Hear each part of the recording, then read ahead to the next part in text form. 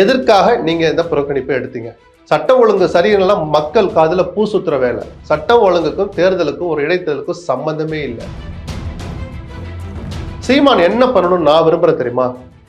அவரும் புறக்கணிக்கணும். ஒட்டுமொத்தமா புறக்கணிச்சா திமுகவின் கன்னத்தில் அரைந்தது போல ஆகாது. அரசியல் ரீதியா நான் சொல்லுவேன், திமுக வெட்கப்படணும். நான் கொங்குவின் மகன் அப்படின்னு சொல்ற எடப்பாடி அதே பகுதியில் நடக்கிற ஒரு தொகுதியில் தேர்தலை புறக்கணிக்கலாமா? மிகப்பெரிய முடிவெடுத்து உங்களை அந்த இடத்துல அமர வச்சாங்களே, அது இந்த துணிச்சலை காட்டத்தானா? ஈரோடு கிழக்குல போட்டிட்டு இருந்து ஒருவேளை தோல்வி அடைஞ்சிருந்தா தோல்விதான் வரும். நிச்சயமாக தோல்விதான் வரும். அதுக்கு நீங்க வெக்கப்பட்டு என்ன போகுது? உங்களுடைய ஆளுமையை காட்டுங்க. படுதோல்விங்கிற தோல்வியாக்குங்க. ஆளுங்கட்சி அராஜகம் பண்ணும் தான், பணப்பழத்தை இறைக்கும் தான். அது ஒரு வித்தையா கூட இப்படி எத்தனை தேர்தல் நீங்க புறக்கணிச்சுட்டே போவீங்க? திமுகவுக்கு எதுவெல்லாம் சாதகமோ, எதுவெல்லாம் அவர்கள் ரசிப்பார்களோ அதையெல்லாம் எடப்பாடி செஞ்சுக்கிட்டே இருக்கிறார். எடப்பாடிக்கு எதெல்லாம் சந்தோஷம் தருமோ அதையெல்லாம் ஸ்டாலினும் செஞ்சுக்கிட்டே இருப்பார். சொத்து வரி உயர்வு, அந்த வரி, இந்த வரி எல்லாம் பண்ணாச்சா? அப்பப்ப அறிக்கை விடுறீங்களே, அதோட உங்க கடமை முடிஞ்சு போச்சா? அந்த சட்டம் ஒழுங்கு சரியில்லைன்னு இடைத்தேர்தலில் ஈரோட்டில் மேடை போட்டு பேச வேண்டிய ஒரு வாய்ப்பை நீங்க ஏன் தவிர்த்துட்டு ஓடுறீங்க?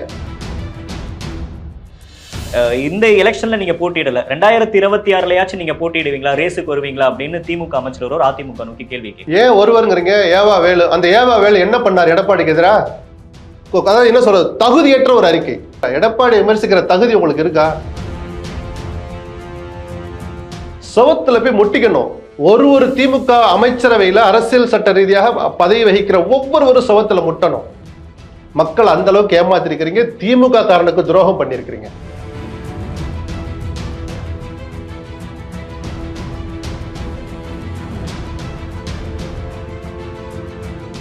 தி டிபேட் நேயர்களுக்கு வணக்கம்.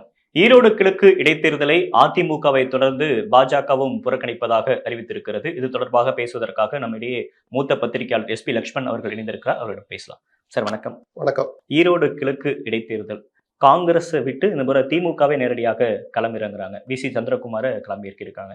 இந்த விவகாரம் எப்படி சார் பாக்குறீங்க? இது திமுக ஏன் காங்கிரஸ்க்கு கொடுக்கல? முதலாவதாக ரெண்டு விஷயம். பணபலம் இதுல ரொம்ப விளையாடுங்கிறது எல்லாருக்கும் தெரிஞ்ச ரகசியம் தான். இடைத்தேர்தல்லாம் எந்த அளவுக்கு ஆளுங்கட்சி அதை எதிர்கொள்ளும் அப்படின்றது.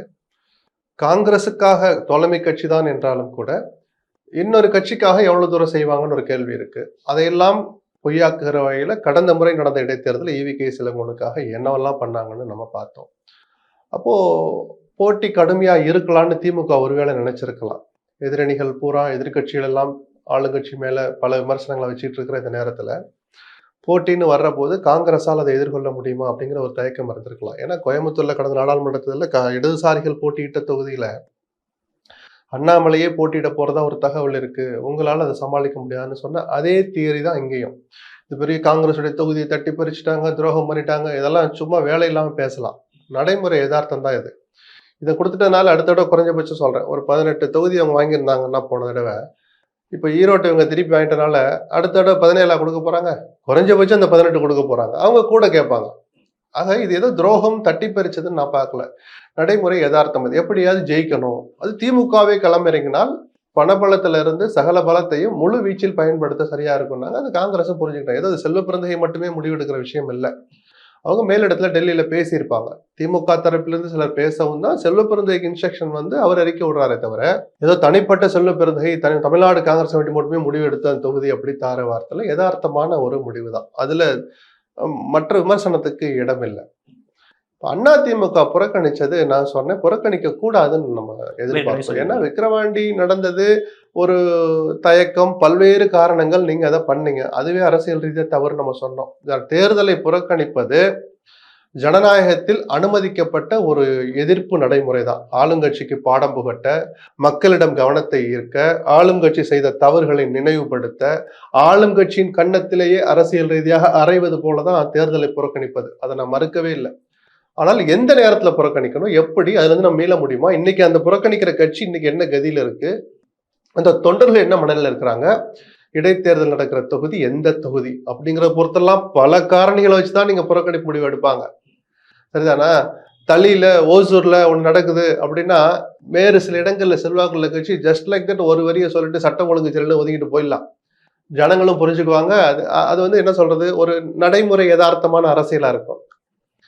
நான் கொங்குவின் மகன் அப்படின்னு சொல்ற எடப்பாடி மற்ற எல்லா இடத்தை விட கொங்குல தான் கடந்த தேர்தலில் ஆட்சி இழந்த போதும் அங்கேதான் அதிக தொகுதியில் ஜெயிச்சோன்னு சொன்ன எடப்பாடி அதே பகுதியில் நடக்கிற ஒரு தொகுதியில தேர்தலை புறக்கணிக்கலாமா? லாஜிக் ரீதியா அது தப்பு. இன்னொன்னு, இரட்டைலை எங்ககிட்ட வந்துட்டா, ஒற்றை தலைமையான ஆயிட்டா, அதிமுகவை நான் வெற்றி பாதைக்கு அழைச்சிட்டு போவேன்னு சொன்னார். அது அவருக்கு கீழே இருக்கிற இரண்டாம் கட்ட தலைவர்கள், மாவட்ட செயலர்கள், மற்ற மாவட்ட நிர்வாகிகள் நம்பினாங்க. உங்களை அதனாலதான் பொதுச் செயலாளர் ஆக்குனாங்க.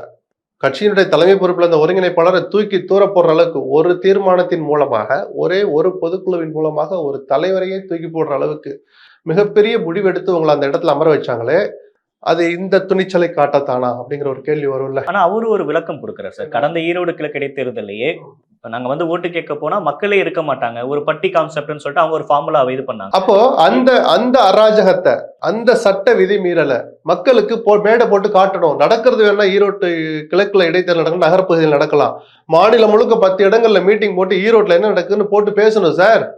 அங்கங்க இரண்டாம் கட்ட தலைவர்கள் இருக்காங்கல்ல, ஈரோட்ல என்ன அநியாயம் நடக்க, ஈரோட்ல வெற்றி தோல்வி பத்தி கவலையே படக்கூடாது. திமுக பண்ற அராஜகத்தை பாருங்கன்னு கிருஷ்ணகிரியில, நாகப்பட்டினத்துல, திருநெல்வேலியில, மதுரையில, கோயம்புத்தூர்ல மீட்டிங் போட்டு பேசணும்.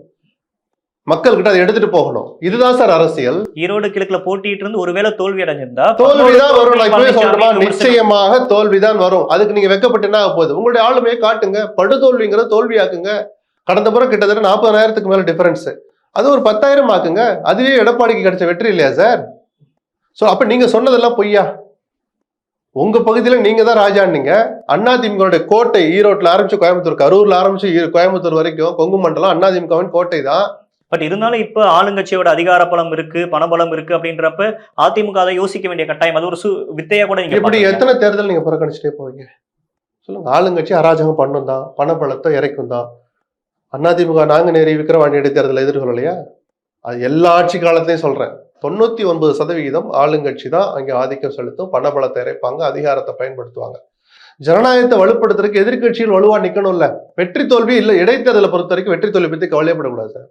அதனால் வரைக்கும் ஆளுங்கட்சி செஞ்ச தவறுகளை மக்கள் கிட்ட போட்டு உடைக்கிறதுக்கு தான் சார் அது ஒரு நல்ல களம், நல்ல தளம். அப்ப அந்த வாய்ப்பை எடப்பாடி தெரிஞ்சே தவற விட்டுட்டாரு. இன்னொரு திமுகவுக்கு துணை போகிறாருங்கிற ஒரு வதந்தி, குற்றச்சாட்டு அப்படி அப்படியே இருக்கும். அதை வலுவாக்கிக்கிட்டே போறார். திமுகவுக்கு எதுவெல்லாம் சாதகமோ, எதுவெல்லாம் அவர்கள் ரசிப்பார்களோ அதையெல்லாம் எடப்பாடி செஞ்சுக்கிட்டே இருக்கிறார்.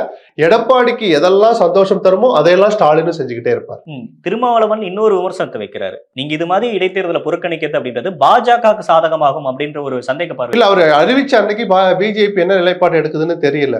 அப்போ என்ன சொன்னாங்கன்னா, பிஜேபி கிட்ட அவர் சரண்டர் ஆயிட்டாரு, அதுக்கு ஓட்டு வாங்கட்டும், அது அதிக பெர்சன்டேஜ் ஓட்டு வாங்கணும். அந்த விமர்சனத்தை எதையுமே அவசரப்பட்டு வைக்க கூடாதுங்கிறது என்னுடைய அந்த தாத்பரியம் அங்கேயும் நிஜமானது.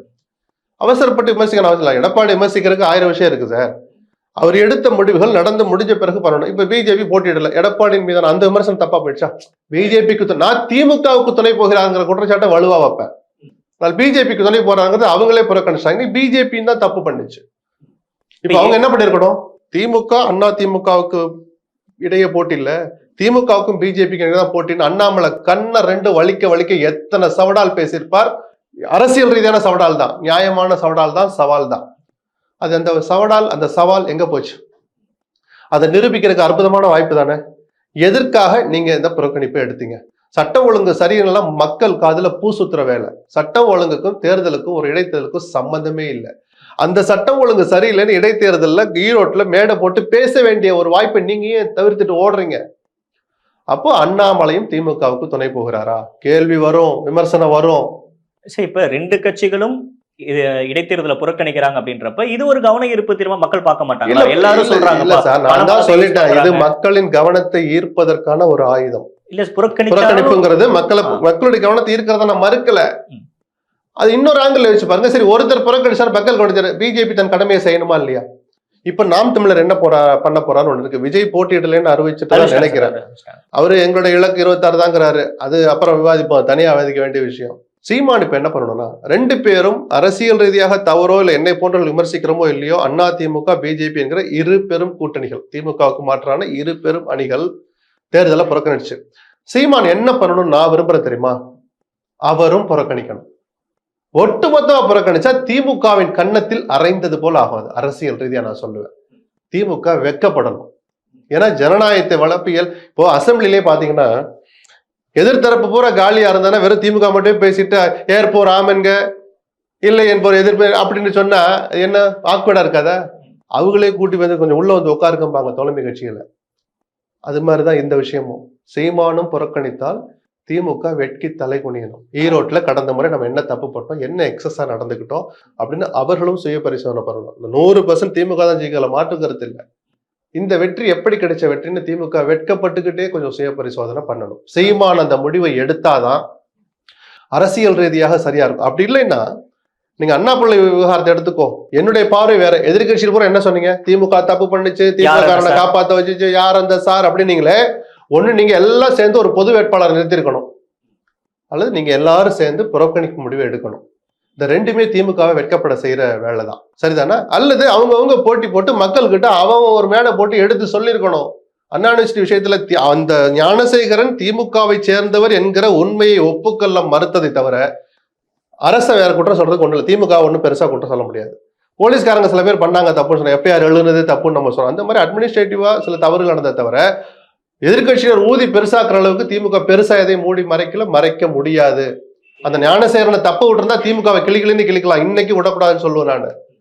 கடைசியில் அவங்களே வேற வழி இல்லாமல் திமுக அனுதாபின்னு ஒத்துக்கிற அளவுக்கான ஒரு அழுத்தத்தை எதிர்கட்சிகள் தான் கொடுத்தாங்க, நான் மறுக்கல.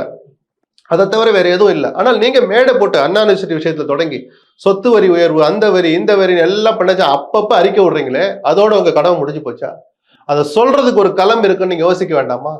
சரி, புறக்கணிச்சிட்டாங்க. பிரதான கட்சிகள் புறக்கணித்த பிறகு இந்த ஓட்டு கணக்கை போட்டு நாங்க தான் இரண்டாவது பெரிய கட்சின்னு காட்டுறதுக்கான வாய்ப்பு இப்ப சீமானுக்கு இருக்கு. அது நிஜம் ஆயிடுமா? இருக்கட்டும், அது என்ன வேணாலும் ஒரு காரணம் சொல்லட்டும். திமுக அடுத்து அதிக ஓட்டு வாங்க போற கட்சி நாம் தமிழர் தான் போட்டிட்டா.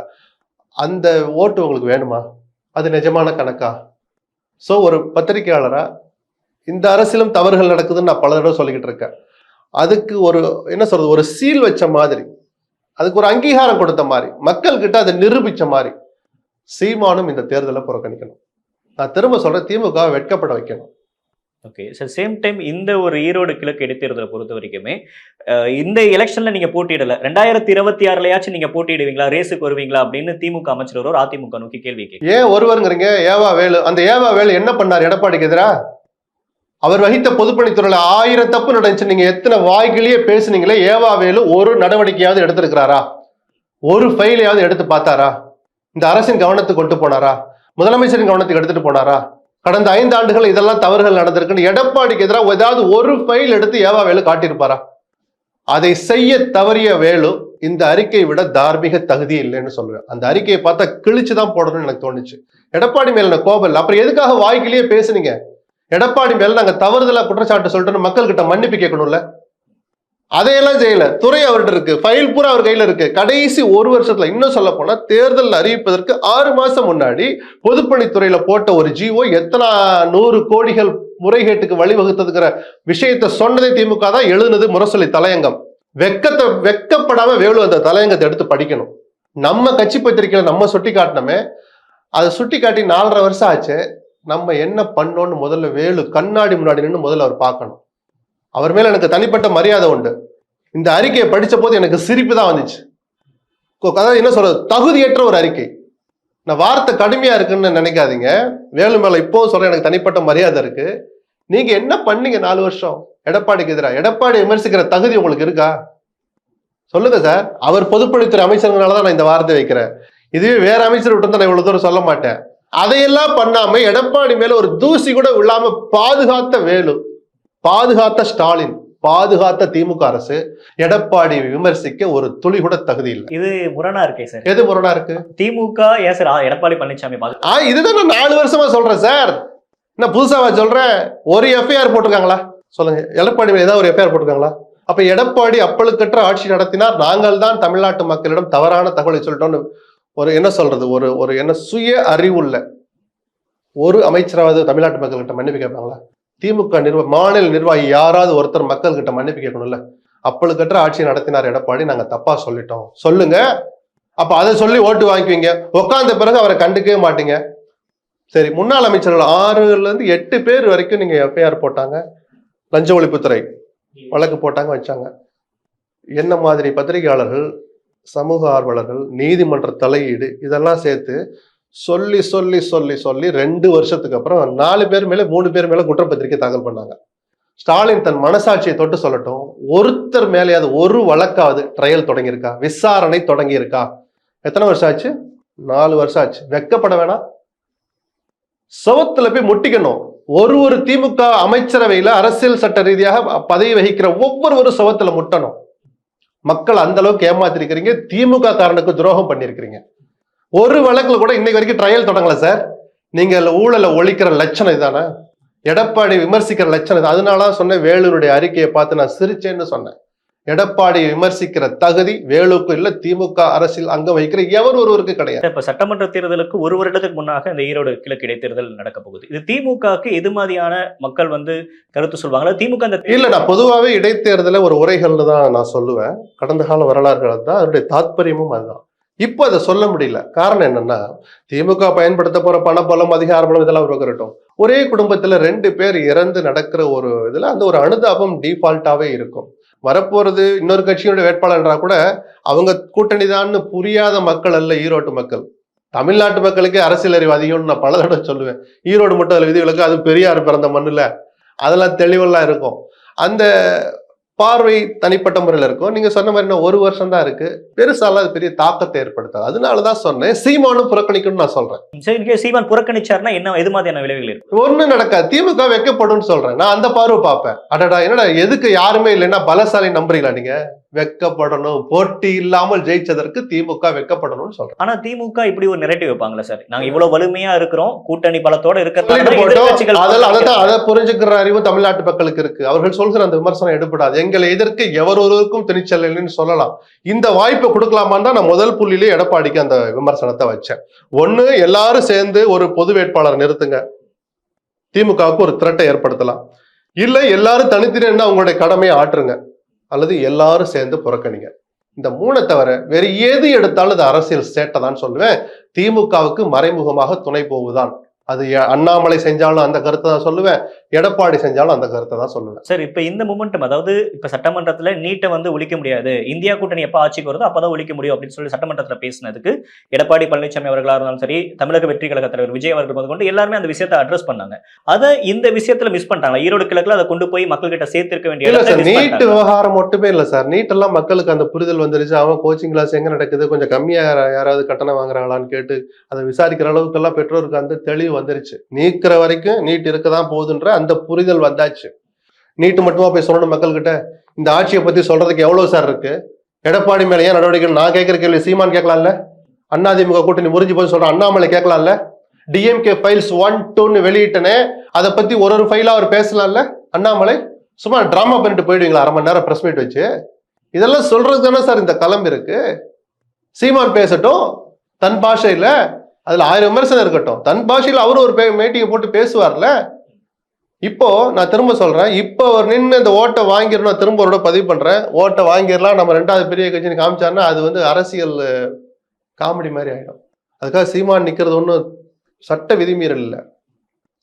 நிஜமாகவே திமுகவுக்கு பாடம் போட்டுன்னு நினைச்சீங்கன்னா சீமான் இந்த தேர்தலை புறக்கணிக்கும். நிறைய விஷயங்கள் பகிர்ந்துக்கிட்டீங்க. நேரம் கொடுத்தமைக்கு நன்றி. தேங்க்யூ. நன்றி.